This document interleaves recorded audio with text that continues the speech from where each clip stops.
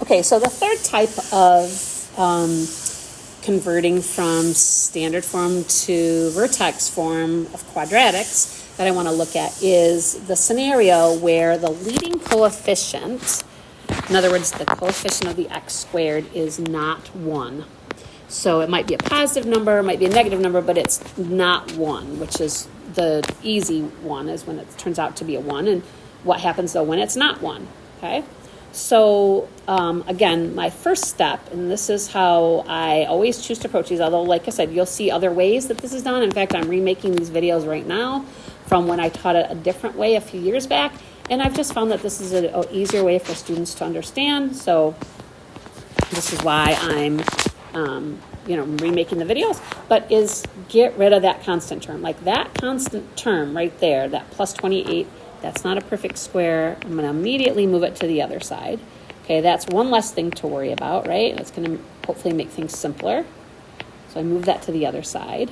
Okay, and then what remains over here is just the terms that have x's. Okay, now when I look at the 3x squared plus 18x, now obviously there's a bigger greatest common factor than just 3. There's 3x I could take out of those. But remember, I want to leave that x squared intact. I don't want to divide out an x out of these. I just want to get rid of that leading coefficient. So if I were to factor out that 3, this is going to leave me with x squared plus 6x, right? So I had to divide both of these by 3, right?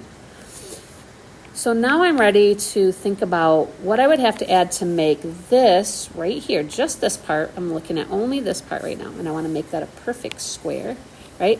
So when I think about what would make that a perfect square, I look at that middle term, which is the b. I divide it by 2, and then I square it.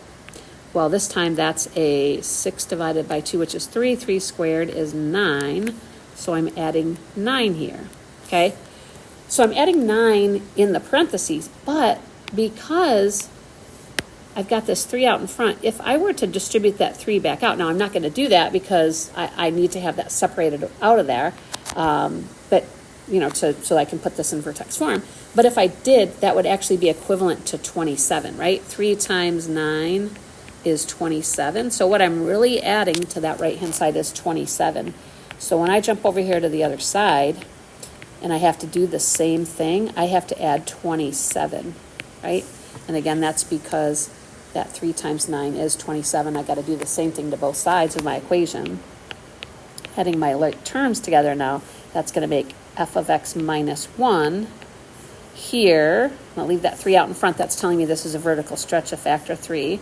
Now I'm going to factor this part, right, that perfect square, and it's going to turn into an x and a 3 with the sign from the middle makes that a plus.